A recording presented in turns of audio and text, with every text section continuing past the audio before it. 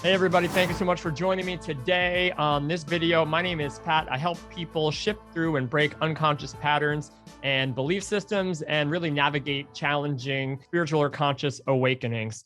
Today, I want to talk a little bit on something that has been thematically coming up, not only in the show, but also in a lot of the conversations I've been having with you. And I just kind of want to share a little bit about how I view the idea of simply trusting the universe and what prevents us from being able to do that. If you think about this, the way that we're going to describe it, I'm hoping that it will offer you some relief as to how you understand your life and your position here in this world, in this reality, and then maybe how you can let go of a little bit more of what the mind says it needs to know in order for you to be safe or be okay or be secure, and allow yourself to identify a little bit more with who you truly are without a label to describe you. And then that frequency of consciousness and awareness is what I believe is more effortlessly a part of the universe itself, or what you might call infinite intelligence or God or source or whatever you might describe it. So I'm going to use this little layout right here to kind of make a very quick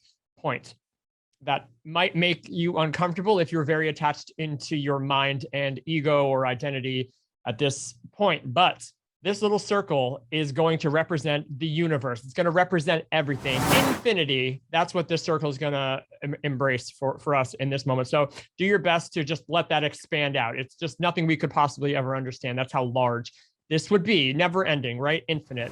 This is the thing we're trying to do here, which is trust the moment that we are in and trust the next moment and the one after that and the one after that and the one after that, knowing that we, the character of us, is going to be okay. So here is you.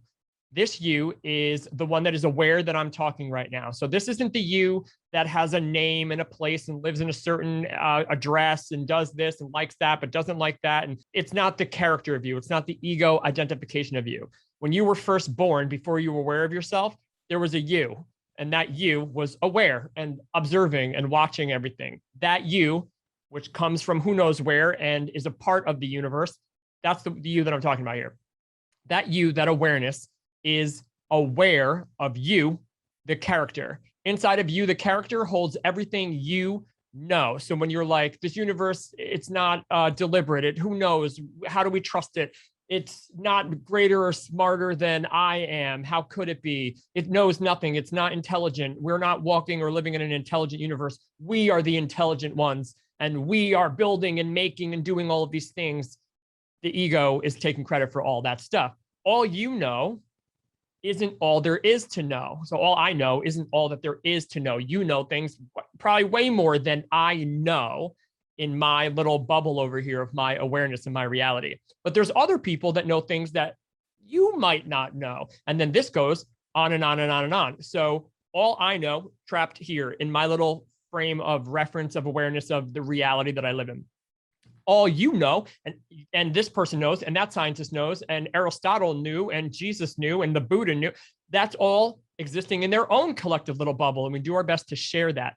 But all of that knowledge that we have uncovered so far already existed and does exist in the grand circle of what we'll call the universe or God or intelligence or whatever label you want to describe it. It does best when you don't try to describe it, I believe. But so everything that there is to know that we have ever known from every human that was first aware of itself till now, we are discovering things that exist in the infinite all of the universe, which we're not in it. We're not on Earth. We're a part of it. We came from it. There's very few people that would be able to deny this, that we didn't land on this rock, even if we did. We came from the universe.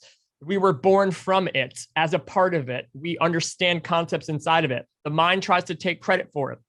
But since the mind doesn't know what's going to happen next, or right now, it can't possibly know, especially my little limited bubble or someone else's bubble, no matter how expansive it might be, no matter how intelligent they might be, they don't know what's happening next. They don't know certain things that we as humans don't know yet. And that scares the out of humans who need to know to be okay. This is where depression and anxiety come from. This need to know that we're safe, this disconnected, this separation in the ego. There is separation. It is us and everything and everyone else, us and the world, us and this label, us and that label, good, bad. It's all separation in a mind.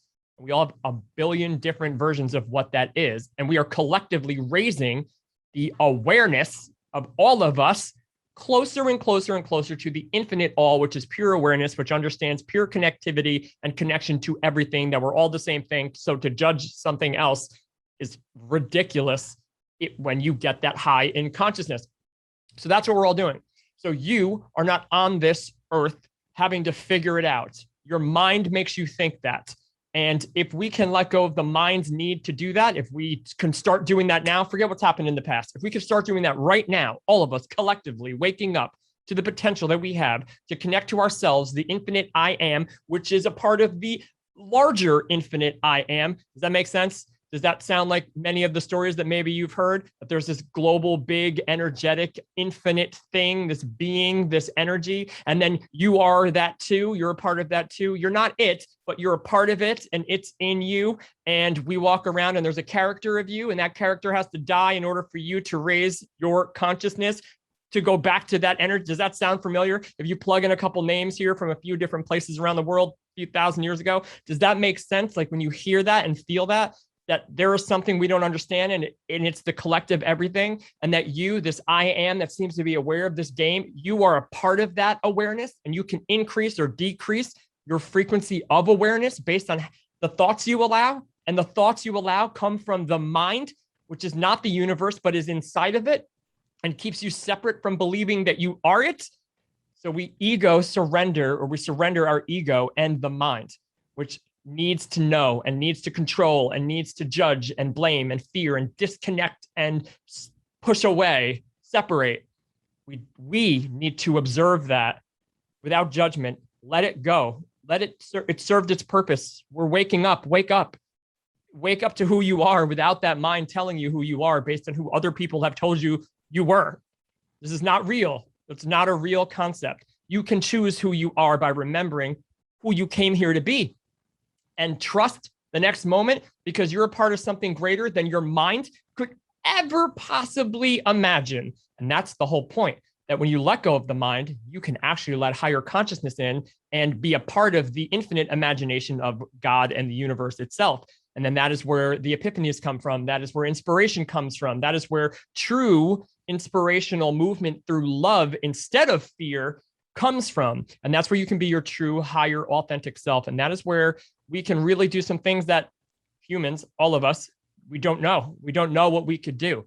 But if we do it from love and trust and connection, I would love to see, and I'm grateful to be a part of what I believe we are seeing here, as the entropy of the old way starts to break apart, the entropy of the separation and the judgment and the fear and all that stuff starts to be seen for what it is.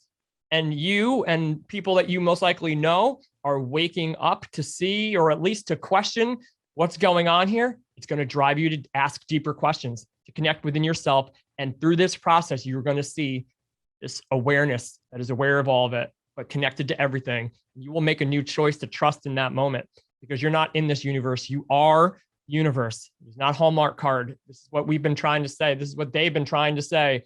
And this is what can set you free from your mind.